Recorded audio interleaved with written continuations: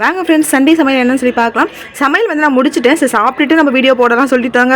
லேட்டாக போடுறேன், யாரும் கோச்சிக்காதீங்க. ஏன்னா காலையில் சாப்பிடல, கடைக்கு போயிட்டு வரவே கரெக்டாக இருந்தது.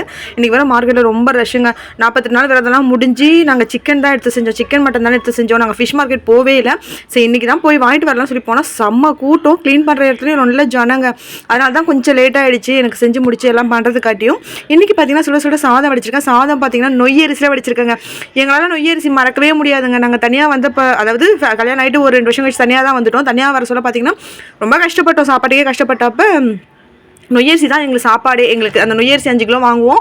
அதை வச்சு தான் சமைச்சுலாம் சாப்பிடுவோம். அப்புறம் ரேஷன் அரிசி வச்சு அதெல்லாம் வச்சு தான் அட்ஜஸ்ட் பண்ணுவோம். ஆனால் நொய்யரிசி சாப்பிடணும் போல இருந்தது. இன்றைக்கி நொய்யரிசி 1 கிலோ வாங்கிட்டு வந்து இன்றைக்கி நொய்யரிசி சாதம் தான் வடித்தோம். ரொம்ப ஆசையாக இருந்தது. சரி பசங்களுக்கு செஞ்சு கொடுக்கலாம் அப்படின்ட்டு.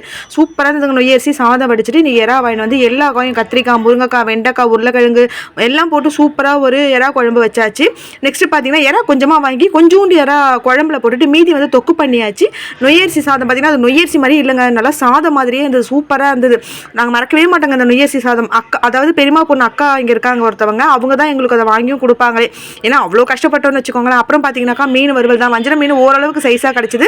வெள்ளை மீனும் இன்றைக்கி தாங்க ரொம்ப நாள் கழிச்சு கிடச்சிது. அது வறுத்துட்டு சூப்பரான ஒரு சமையலோடு முடிச்சாச்சு. நாளைக்கு வந்து பார்த்தீங்கன்னா கார்த்திகை 1ஆம் தேதி, கார்த்திகை மாதம் 5 திங்கக்கிழமை சோமவார விரதம் தெரியுங்கன்னா ரொம்ப நல்லது. நான் எப்பொழுதுமே 5 திங்கக்கிழமை சோமவார விரதம் இருப்பேன். இந்த 5 வாரம் இருந்தீங்கனாலே 1 வருஷத்துக்கு இருந்த பலன்னு சொல்லுவாங்க. நாளைக்கு எல்லா வீடியோவும் க்ளீனாக பார்க்கலாம்.